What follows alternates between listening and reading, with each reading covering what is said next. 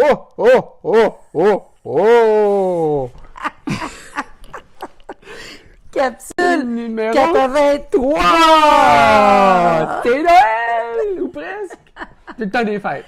C'est le temps des fêtes. Ouais, on s'amuse bien. On s'amuse bien. On n'a pas fait nos lectures de façon aussi régulière, mais on y revient. Nous y sommes. Alors, qu'est-ce que tu nous lis ce matin? Docteur Tom Barrett, allez au bout de vos rêves.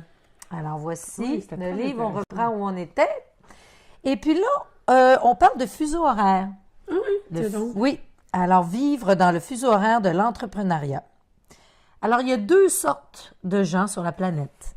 Il y a ceux qui vivent, le premier groupe, sur une planète normale, OK. et ceux qui vivent dans le monde du marketing de réseau. OK. Bon départ. Dans la première, donc la planète normale, en général, la coutume veut que presque tout le monde travaille pour quelqu'un d'autre. Par contre, dans le fuseau horaire de l'entrepreneuriat, eh bien, c'est des gens qui refusent d'échanger indéfiniment le peu de temps dont ils disposent pour aller chercher plus loin, donc voir plus globalement, pour aller chercher leurs rêves. OK. Mais évidemment, les entrepreneurs, il y a deux sortes d'entrepreneurs, l'entrepreneur primaire et l'entrepreneur micro-entrepreneur. On mettrait Bill Gates dans l'entrepreneur primaire. C'est des gens qui ont une vision tellement globale. Le monde est petit et il est là pour être changé, être gérable, modifiable. Et il y a aussi le micro-entrepreneur dans lequel nous, on s'insérerait plus, qui a aussi une vision générale, mais à plus petite échelle. Ne manquent pas d'audace non plus. Mais ce qui est intéressant, si on prend la planète de la bureaucratie et la planète de l'entrepreneuriat, c'est que on va retrouver les gens de la bureaucratie qui sont dans un monde prévisible. Ils vont travailler 5 heures, ils s'attendent à être payés 5 heures. Ils savent exactement où ils s'en vont, combien de jours de maladie, combien de jours de vacances. Ils savent leur C'est plus stable. revenu annuel, mensuel. L'entrepreneuriat apporte très peu d'importance à ces choses-là. OK. Alors, pour eux, les pensées et les buts ont plus d'importance.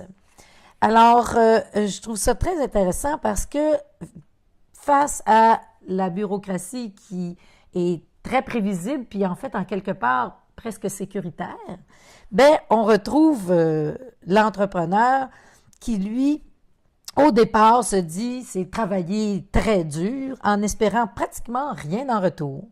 Et en fait de compte, c'est d'être payé beaucoup plus pour ce que l'on a accompli. Donc, telle est la vie dans le fuseau horaire de l'entrepreneuriat. Alors, c'était rigolo parce que je me souviens plus qui disait que tu peux travailler 1000 heures sans être payé et travailler 5 heures et être payé comme si tu avais travaillé 1000 heures. Et voilà, c'est une autre façon de penser. Je trouve ça extrêmement intéressant. Très intéressant. Et vous, mon cher Père Noël, qu'avez-vous lu aujourd'hui? Eh bien, moi, je persiste et je signe avec un cadeau que je me suis offert avant Noël, qui était le magnifique petit livre de Marie-Claude Demers. Je dis oui à la vie. Donc, mais évidemment, ma lecture a été interrompue par la période des fêtes, mais j'ai repris avec bonheur. Et ça commence bien. Votre vie ne s'améliore pas par hasard. Elle s'améliore par le changement. Et elle en témoigne bien parce que cette personne-là qui, rappelons-le pour ceux qui ne l'ont pas suivi, a vécu vraiment des colites ulcéreuses et la maladie de Crohn, a eu à avoir l'ablation du gros intestin. C'est quelqu'un qui a souffert énormément et qui réussit à partager dans ce petit livre-là une souffrance, mais c'est fou la souffrance que les gens qui vivent cette situation-là ont à vivre quotidiennement. Mais c'est plein d'espoir et de réflexion, de solutions. Puis là-dedans, c'est que elle a accepté sa situation parce qu'elle n'a pas voulu changer. Elle a persisté dans sa recherche de liberté en allant dans l'Ouest, en se mariant, en toutes sortes de situations qui faisaient qu'elle refusait finalement elle-même sa liberté pour d'autres choses qui n'étaient pas réglées dans sa vie. Et elle en témoigne très bien. Et quand elle commence à faire des changements, a décidé de prendre des changements, mais elle revient au Québec, un endroit où elle ne pensait pas revenir. Elle pensait qu'elle était partie dans l'Ouest pour le reste de ses jours. mais elle a accepté d'écouter son instinct. Et c'est ce que j'ai retenu de cette lecture-là ce matin. L'instinct, c'est au-delà de l'ego. Ça doit être au-delà de ce que les autres pensent. Ça vient du plus profond, puis un jour, il faut accepter de l'écouter, cet instinct-là, puis plus tôt que trop tard dans sa vie. Parce qu'elle a tellement refusé de s'écouter qu'elle a fait perdurer la douleur dans son corps. Et on voit que ça s'achemine vers quelque chose de plus sain. Et c'est ça. Donc, c'est une petite lecture, c'est tout petit comme volume, mais c'est tellement riche de son partage d'émotions et de ressentis que ça vaut vraiment la peine de se l'offrir comme un cadeau, maintenant du Nouvel An peut-être. 2018 Alors, peut-être. 2018.